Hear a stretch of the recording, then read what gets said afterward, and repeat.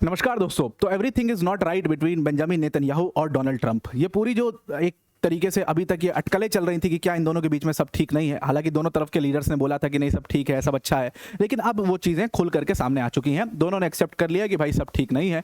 और इसका सबसे बड़ा उदाहरण क्या रहा, इसका सबसे बड़ा एग्जाम्पल रहा कि बेंजामिन नेतन्याहू की जो विजिट थी यूएस में अभी होने वाली थी, मीटिंग होने वाली थी ट्रंप से, वो पूरी schedule visit, schedule plan trip जो थी वो कैंसिल हो चुकी है। ये चीज़ अपने आप में सबसे बड़ा गवाह है। उसके बाद जेडी वांस का पॉडकास्ट पर कहना, इजराइल के खिलाफ बोलना, और उसके बाद F-35 का क्रिटिसिज्म, इन सारी चीज़ों ने जो एडअप किया है उससे बहुत क्लियरली ये बात साफ हो चुकी है कि दोनों लीडर्स के बीच में सब ठीक बिल्कुल भी नहीं चल रहा है। और डोनाल्ड ट्रंप तो बहुत ज़्यादा पिस्ड ऑफ है नेतन्याहू से। उनका कहना है कि ये फर्जी का किल प्लॉट और ये सब जो है बातें बोल करके he brought me into this war, ये वो कई जगह पर बोल चुके हैं। अभी टर्की में भी बोल के आए और कई दुनिया की तमाम जगहों पर अब वो बोलते हुए नजर आ रहे हैं। अब वो इस सारी चीज़ों का ठीकरा बेंजामिन नेतन्याहू के ऊपर फोड़ना चाहते हैं। डिटेल में इसको डिस्कस करते हैं, पर वीडियो में आगे जाने से पहले एक बड़ी अनाउंसमेंट है अनअकैडमी टीम की तरफ से कि अगर आप यूपीएससी सीएससी 2025 2026 27 की प्रिपरेशन कर रहे हैं, 27 28 की प्रिपरेशन कर रहे हैं, तो Unacademy is your one stop solution.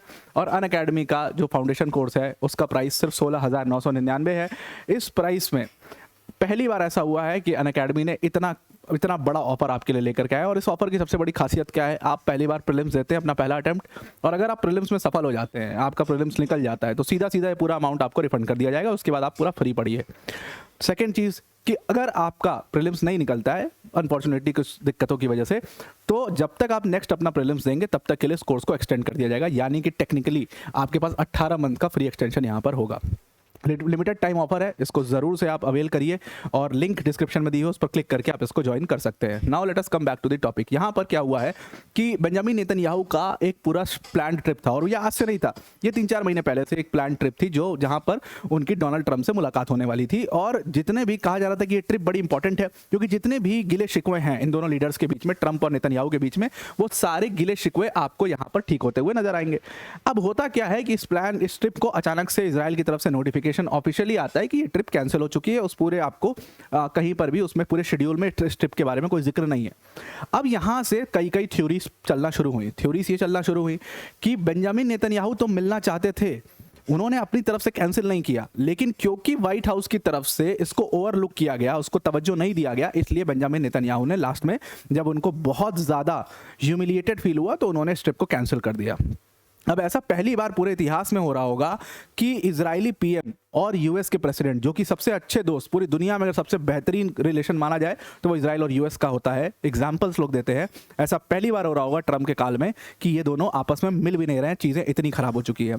अब इसके ऊपर कोई क्लैरिटी नहीं है हालांकि कि एकदम सीधा ऑन द फेस तो नो नहीं बोला गया होगा, ऑब्वियस सी बात है, उतना चीज़ें खराब नहीं हो सकती, लेकिन क्योंकि ज़्यादा किसी ने इंटरेस्ट लिया नहीं इस चीज़ में, इसलिए शायद ये पूरी ट्रिप को कैंसिल कर दिया गया है। ऐसा एक्सायोस ने छापा है, जो ऑफिशियल्स ने कंफर्म किया उन्होंने भी कंफर्म यही किया है कि भाई ये जो दोनों दोस्त हैं इसमें दूरी इसलिए बढ़ गई क्योंकि दोनों के जो अपने एजेंडास थे, दोनों के जो अपने इंटरेस्ट थे इस पूरे ईरान वॉर के ऊपर, वो चेंज हो गए ओवर द टाइम। देखो, इजराइल का शुरू में भी एक एजेंडा था, आज भी एक एजेंडा है कि मुझे कुछ भी करके ईरान को एक न्यूक्लियर पावर नहीं बनने देना है। ट्रंप का एजेंडा जो है वो न्यूक्लियर पावर, फिर गवर्नमेंट गिरा के वहाँ पर अपनी मतलब की गवर्नमेंट बनवा लेता हूँ, फिर उसके बाद चलो कुछ नहीं मिल रहा है ऑयल पर कंट्रोल ले लेता हूँ, चलो कुछ नहीं हो पा रहा स्टेट ऑफ हॉर्मुज पर कंट्रोल ले लेता हूँ। वो इंटरेस्ट बार बार चेंज होता रहा और इसकी वजह से, इसी कारण से नेतन्याहू और ट्रंप के बीच में रिलेशन जो है वो टाइम एंड अगेन वो खराब होते गए। और ये बात व्हाइट हाउस के ऑफिशियल्स ने कंफर्म किया है कि ट्रंप बड़े पिस्ड ऑफ रहते हैं बेंजामिन नेतन्याहू के इवन नाम से भी।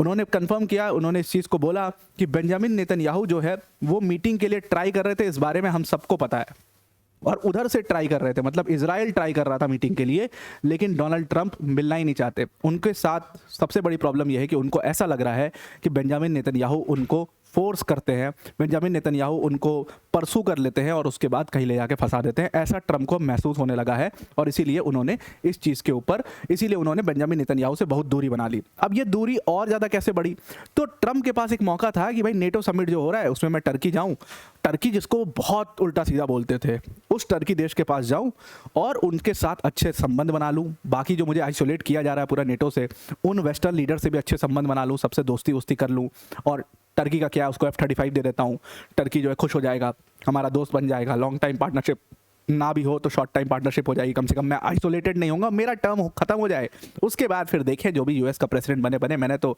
पूरा मौज काट ही लिया अपने जीवन में। ट्रम्प का पूरा सिंपल सा बहुत शॉर्ट टर्म पॉलिसीज रहती है उनकी।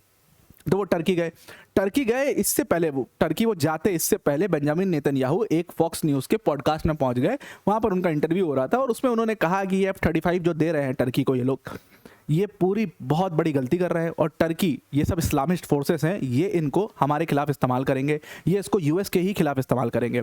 जैसे ही ये बात सामने आई और अब पूरे नेटो समिट के पहले ये बात सामने आ गई, डोनाल्ड ट्रंप जो है कहते हैं कि वॉज वेरी पिस्ड ऑफ, बहुत गुस्से में वो आते हैं ऑफिस में अपने और चिल्लाते हैं लोगों के ऊपर और बहुत पिस्ड ऑफ हो जाते हैं। और इवन उसमें कहा गया कि जो यूएस के कमांडर इन चीफ है उन्होंने कहा कि बेंजामिन नेतन्याहू, उन्होंने तो ओपनली कह दिया कि बेंजामिन नेतन्याहू का कोई राइट नहीं है कि वो F-35 प्रोग्राम या F-35 टेक्नोलॉजी हमें किसको देनी है, ये एयरक्राफ्ट क्या करना है, हमें आग लगाना है, इस पर क्या करना है, ये हम डिसाइड करेंगे, बेंजामिन नेतन्याहू डिसाइड नहीं करेंगे। तो चीज़ें यहाँ तक बहुत खराब हो गई थी। उसके बाद सोने पे सुहागा क्या हुआ, इसमें किल प्लॉट आ गया। अब देखो क्या हुआ कि इजरायली इंटेलिजेंस ने, मोसाद ने पता किया कि भाई ऐसा है, डोनाल्ड ट्रंप जब टर्की जा रहे हैं तो वहाँ पर इनके साथ घात हो सकता है। वहाँ पर टर्की में ईरान के बहुत सारे जो ईरान के सपोर्टर्स हैं वो वहाँ पर हैं और वो किल प्लॉट कर रहे हैं डोनाल्ड ट्रंप के खिलाफ, यानी कि ट्रंप को असैसिनेट यहाँ पर किया जा सकता है, ऐसा इसमें किल प्लॉट बोला। बेंजामिन नेतन्याहू ने तुरंत इसको यूएस को बताया। अब देखिए इसको मैंने पहले भी कवर किया था, यूएस ने इस बात को एक्सेप्ट किया था, यूएस की इंटेलिजेंस एजेंसीज ने कहा था कि हाँ ये किल प्लॉट के बारे में थोड़ा थोड़ा तो पता है लेकिन हम कंफर्म नहीं कर सकते। तो अब ट्रंप को ये लगने लगा विथ टाइम कि कहीं ना कहीं बेंजामिन नेतन्याहू ने मेरी सीधेपन का इस्तेमाल किया है और ऐसा कोई किल प्लॉट था ही नहीं, क्योंकि इसको कंफर्म फिर मतलब यूएस ऑफिशियल ने कहा कि ये ज़्यादा एस्पिरेशनल लग रहा था, ऑपरेशनल नहीं लग रहा था। टर्की का इसमें कहना था कि भाई हमने भी इन्वेस्टिगेशन किया, हमारी इंटेलिजेंस ने भी इन्वेस्टिगेशन किया और ऐसा कोई स्पेसिफिक प्लॉट नहीं है। ईरान बोलता रहता है, हमेशा बोलता हो तो कि ट्रंप को मार देंगे, नेतन्याहू को मार देंगे, वो तो हमेशा आज से नहीं इतने सालों से बोल रहे हैं। तो कोई स्पेसिफिक किल प्लॉट ऐसा नहीं मिला कि स्पेसिफिकली इसके लिए वो लोग प्रिपेयर कर रहे हो, और वो भी टर्की में तो कभी नहीं करेंगे इस चीज़ को। तो ये उनका पूरा एजेंडा था और यहाँ से चीज़ें और ख़राब हो गई। ट्रंप को लगा कि ये बोगस किल प्लॉट वाली पूरी थ्योरी है, ये बेंजामिन नेतन्याहू ने प्लान की ताकि ये हम मुझे परसू कर सके कि इस वॉर को दोबारा शुरू करो। और कहीं ना कहीं ये वॉर उसी वजह से दोबारा से शुरू भी हुआ है। अब इंटरेस्ट भी बदल गए हैं और अब शांत होने का नाम नहीं ले रहा। अब यहाँ पर जेडी वांस जो हैं वो भी पूरी तरीके से हमलावर हो गए हैं। जेडी वांस भी यहाँ पर इजराइल की बहुत ज़्यादा मुखालफत करने लगे हैं। देखो दिक्कत क्या है कि अभी तक जेडी वांस तो शुरू से इजराइल के बड़े खिलाफ थे। कहा जाता है कि बेंजामिन नेतन्याहू से उनकी बड़ी जो है तलखी भी हुई थी बीच में, लेकिन बाद में ट्रंप के कहने पर उन्होंने समझौता कर लिया था, उन्होंने कुछ बोला नहीं था, ओपनली कभी वो नहीं बोलते थे। लेकिन अब जो रोगन के शो पर, जो रोगन के पॉडकास्ट पर गए थे जेडी वांस, वहाँ पर उन्होंने बोला कि नेतन्याहू की सरकार जो है वो पूरी तरीके से अमेरिका की जो पॉलिसीज़ हैं ईरान को लेकर के उनको नीचा दिखाने की कोशिश कर रही है, उनको गलत साबित करने की कोशिश कर रही है और ये हम होने नहीं देंगे पूरी तरीके से।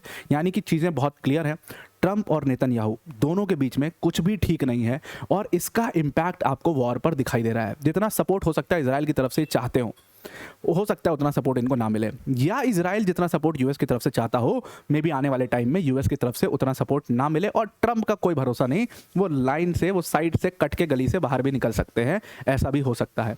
आई होप आपको ये पूरा आर्टिकल समझ में आ गया होगा। आज के लिए इतना ही। Thank you and have a nice day.